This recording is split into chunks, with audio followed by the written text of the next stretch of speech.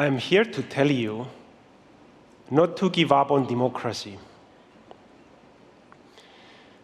When I was 20-something, as a typical millennial, I was looking to experience belonging by seeking to impact the world. On the other hand, like many other millennials, I was developing a growing political distrust. At the time, being politically active in Cyprus pretty much meant being a registered member of a political party. I wasn't inspired by the idea, so I remained distant. Despite all that, democracy, as I could perceive it, was never questioned as such. I grew up taking it for granted, and I was never given a good enough reason to fear it was at risk. Winston Churchill, with his sarcastic and witty humor, once said that democracy is the worst form of government except all the others that have been tried. But can we really afford to lose democracy?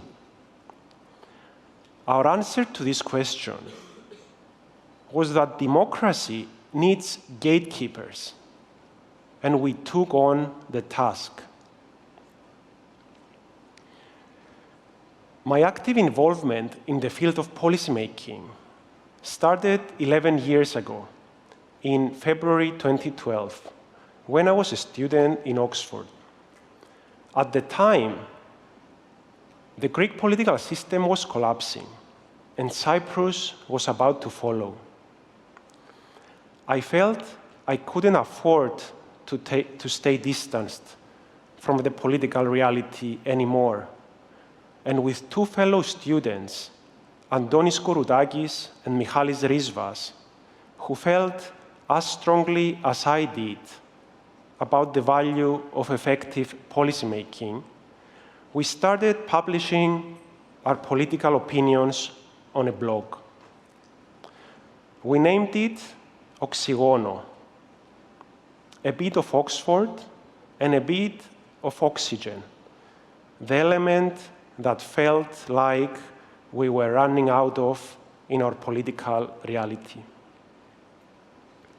I returned to Cyprus in 2014, and we evolved Oxygono from a blog into an independent platform that facilitates political conversations and responsible thinking, an accountability agent to the policymakers, if you like.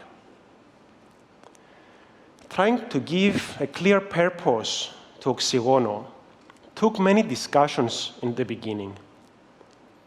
There was a great temptation to focus on pinpointing the negatives, which are admittedly countless in Cyprus, like in many other countries. Finally, we chose to be an independent platform that puts positive pressure on all stakeholders without denouncing them. We chose to build rather than tear things down. To build up, meaning to be constructive. To bring out the good in everyone and challenge them to do better, rather than judging their shortcomings. Today, we have a clear picture of who we are. Oxygono aims to improve the quality of policymaking in Cyprus, to make it more transparent, participatory, and evidence-based. And consequently, to be a driving force for the achievement of reforms and the modernization of our country.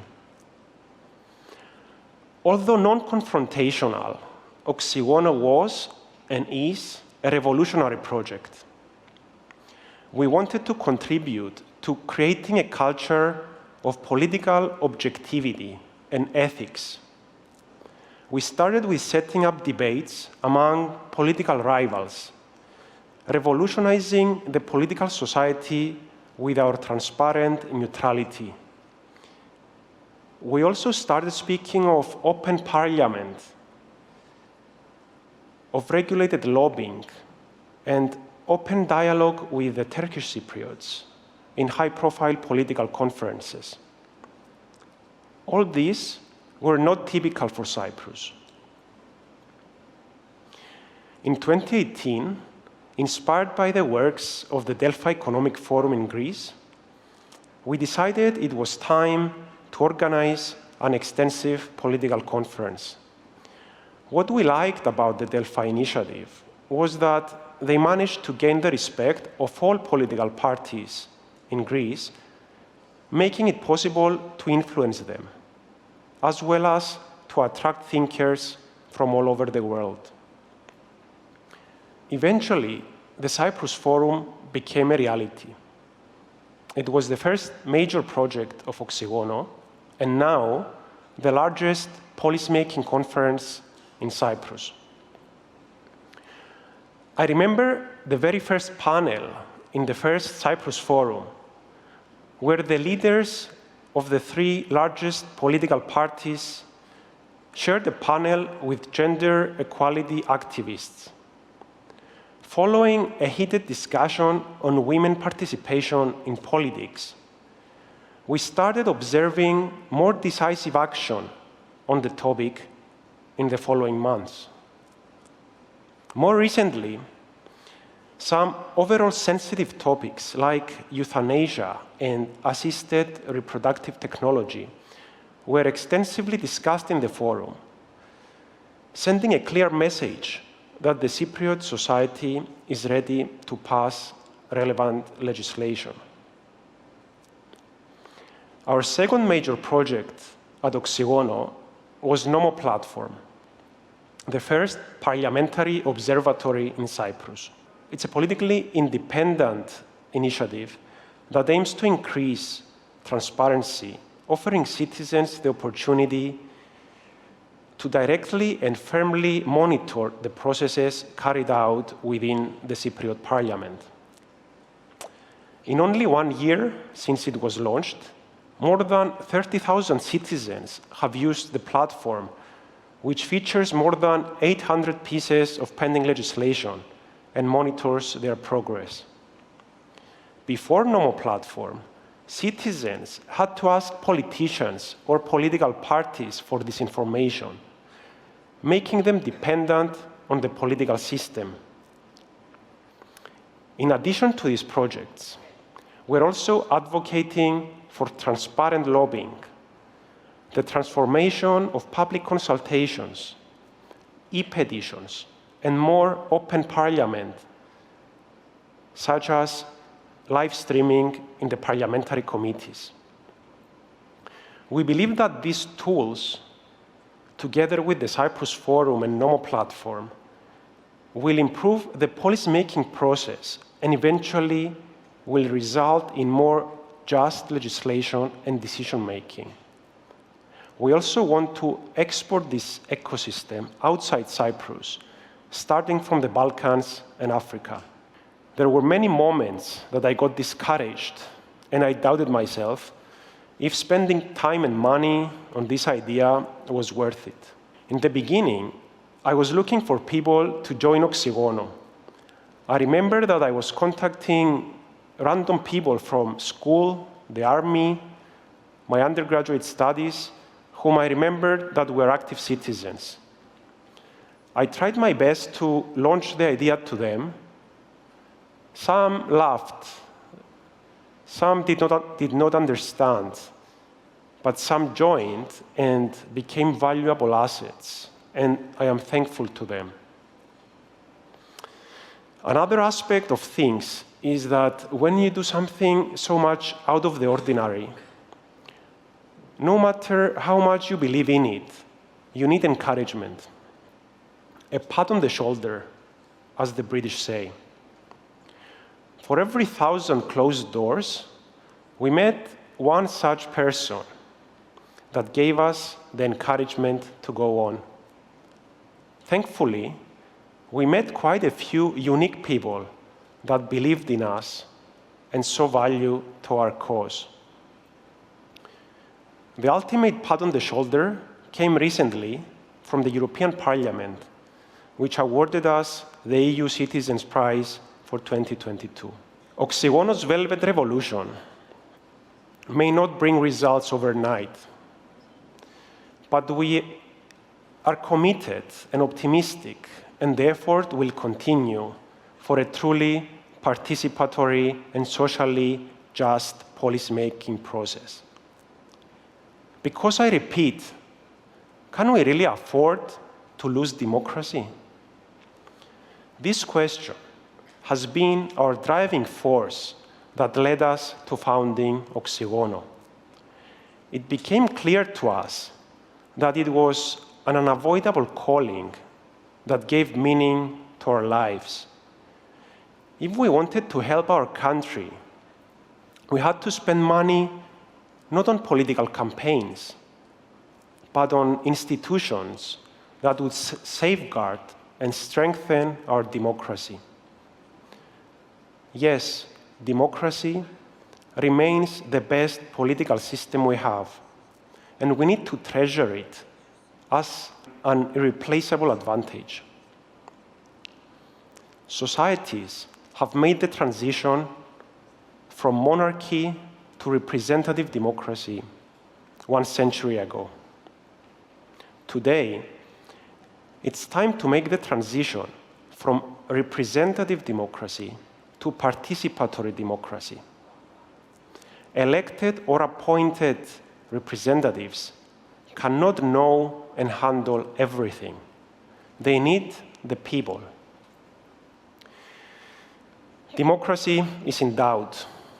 The events of the last 10 years, starting from the global economic crisis, are testing the endurance of democracy everywhere. To restore faith in our system, an intentional effort is required to engage with policymakers. Let policymakers know that someone is watching and work alongside them. For several years now, in casual gatherings, we have been discussing among ourselves in frustration and constantly saying what the policymakers could do and are not doing. We feel unable to react and break the vicious circle of the system, which basically means political parties, the media, and the so-called elites. The proposal we at Oxygono put on the table is this: let's reinvent democracy. Democracy needs fixing. It needs the demos, the people. We are the people. If we get lethargic, democracy cannot work. If there are no checks and balances, corruption will take over. Instead of promoting polarization as a mainstream tactic, we need the civic equivalent of ecumenical outreach to recover a sense of shared mission. This seems the way to stir more people up into participating in politics. We also need to introduce the urgency for extreme care of the content of the proposals submitted. The Athenian democracy was forged on the basis of popular sovereignty. The assembly of the people had absolute authority, which is why extreme care was given to the content of the proposals submitted. When fraudulent intentions were found, the penalties were particularly severe. Democratic systems were not designed for governments composed of ethical men and women who are only interested in the public good. If leaders were always virtuous, there would be no need for checks and balances. The political system must protect minority points of view, to protect us from leaders inclined to lie, cheat, and steal, and paradoxically, to protect the majority against minorities who are determined to subvert the constitutional order. This is why in some democracies, even when irresponsible leaders are elected, democracy survives. If democracy is not to be fatally injured, it has to be dramatically improved. And this is what Oxygono, together with other forces of good, will keep trying to do. I'm here to tell you not to give up on democracy. Thank you.